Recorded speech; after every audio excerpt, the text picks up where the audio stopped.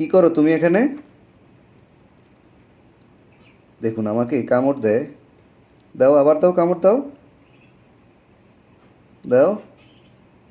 এখন রাত 12টা বাজে। পাখিগুলা কি করে দেখি। ওই যে দেখুন, পাখিগুলা বাসার ভিতরে বসে আছে। এই হচ্ছে আমার সেই ছোট টুকটুকি, এখন বড় হয়ে গেছে। আবার আজ ডিমও দিয়েছে, আপনাদেরকে ডিমটা দেখাই। হ্যালো বন্ধুরা, কেমন আছেন সবাই? আশা করি অনেক অনেক ভালো আছেন। আমি এমডি রাব্বি হাওলাদার চলে আসলাম আপনাদের মাঝে আরেকটি নতুন ভিডিও নিয়ে। আজ ভিডিও শুরুতে আমি আপনাদেরকে আমার খরগোশের বাচ্চাগুলো দেখাবো, তারপরে অন্যান্য পোষা প্রাণীগুলো দেখাবো। তো চলুন খরগোশের বাচ্চাগুলো দেখাই আপনাদেরকে। এই হচ্ছে আমার খরগোশের বাচ্চাগুলা, দেখুন কিভাবে খরগোশের বাচ্চাগুলা ঘুমিয়ে আছে। আমাদের এদিকে অনেক গরম পড়ে, তাই খরগোশের বাচ্চাগুলোর অবস্থা অনেক খারাপ হয়ে গেছে। এই সাদা বাচ্চাটার অবস্থা অনেক খারাপ। বাচ্চাটা ঠান্ডা লেগেছে, তাই এখন দুধ খেতে পারে না, আর অনেক দুর্বল হয়ে গেছে, আপনারা দেখতেই পাচ্ছেন। বাচ্চাটাকে রেখে দেই, আর অন্য বাচ্চাগুলো এখনও মোটামুটি ভালো আছে। আপনাদেরকে এই কিউট বাচ্চাটাকে হাতে নিয়ে দেখাই। দেখুন কিভাবে ঘুমিয়ে আছে। এটাকে রেখে দেই এখন। সাদা বাচ্চাটা মনে হয় না থাকবে, অনেক দুর্বল হয়ে গেছে। যাই হোক বন্ধুরা, বাচ্চাগুলোকে দেখানো হয়ে গেছে, আবার পরে আপনাদেরকে আরেকটি ভিডিওতে দেখাবো। খরগোশের বাচ্চাগুলোকে দেখানো হয়ে গেছে, এখন আমি আমার চীন হাঁসের বাচ্চাগুলোকে খাবার দেব। আমার টুনটুনি পাখিদেরকে এখন খাবার দেব। টুনটুনি পাখিরা আসো, আসো, খাবার খেতে আসো। এই নাও তোমাদের খাবার, আসো। এরা এখনও খাবার খেতে পারে না, দেখি খাবার খায় কি না। খাবার খাও, তুমি আসো, তুমি আসো। বাচ্চাগুলা খাবার খাওয়ার চেষ্টা করতেছে। আশা করি 2-1 দিনের ভিতরে খাবার খেতে পারবে। আজ থেকে 6-7 মাস আগে আমি 2টা চীনা হাঁসের বাচ্চা পালার জন্য এনেছি, সেখান থেকে একটা চীনা হাঁস আছে। এখন আবার এই 2টা চীনা হাঁসের বাচ্চা এনেছি পালার জন্য। চীনা হাঁসের বাচ্চাগুলো আর খাবার খাবে না, এদেরকে এখন রেখে দেব। বন্ধুরা, প্রতিদিনের মতো আজও চলে আসলাম খরগোশের জন্য ঘাস নিতে। আর আমার সাথে এসেছে এই রাজহাঁসের বাচ্চাগুলা, আর এখানে এসেছে আমার মিনি। আপনাদেরকে দেখাই, যে দেখুন মিনিও চলে এসেছে আমার সাথে ঘাস নেওয়ার জন্য। গরমে মিনির অবস্থা অনেক খারাপ। কি মিনি, দেখুন আমার সাথে কি করে মিনি। কামড় দাও কেন আমাকে? এদিক তাকাও।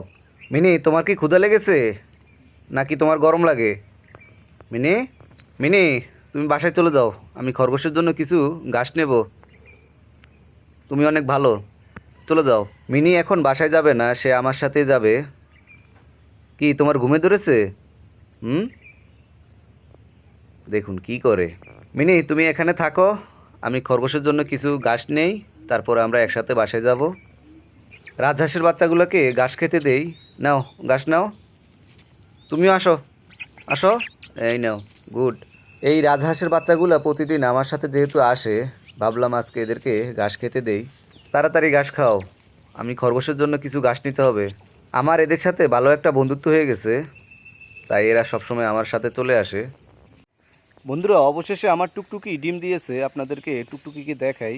এই হচ্ছে আমার সেই ছোট টুকটুকি, এখন বড় হয়ে গেছে। আবার আজ ডিমও দিয়েছে, আপনাদেরকে ডিমটা দেখাই। এই যে দেখুন, একটা ডিম দিয়েছে আমার টুকটুকি, হাতে নিয়ে দেখাই। এই যে দেখুন, ডিমটাকে এখন রেখে দেই, তা না হলে হাত থেকে পড়ে ভেঙে যেতে পারে। টুকটুকি, তোমাকে অনেক অনেক ধন্যবাদ ডিম দেওয়ার জন্য। এখন রাত 12টা বাজে। পাখিগুলা কি করে দেখি। ওই যে দেখুন, পাখিগুলা বাসার ভিতরে বসে আছে। এই পাখিগুলাকে অনেক দিন হয়েছে এনেছি, এখনও ডিম দেয় নাই, শুধু বসেই থাকে সব সময়। আর সারাদিন পাখিরা বাসাই তৈরি করে, ডিম দিবে কিনা তাও জানি না, দেখি কি হয়। পাখিগুলার ভিডিও হয়ে গেছে, এখন আর পাখিগুলাকে ডিস্টার্ব না করি। থাকো তোমরা, ঘুমাও, আমি চলে যাই। আমি এখন চলে এসেছি জ্যাক এবং রোজের খাঁচার কাছে।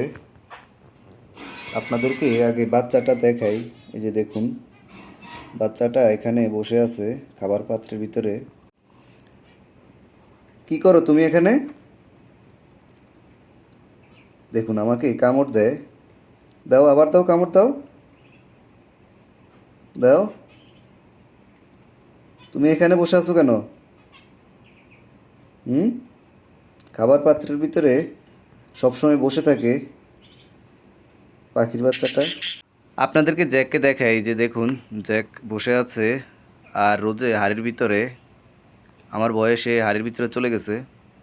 কি তোমার খবর কি? থাকো তুমি, আমি চলে যাই।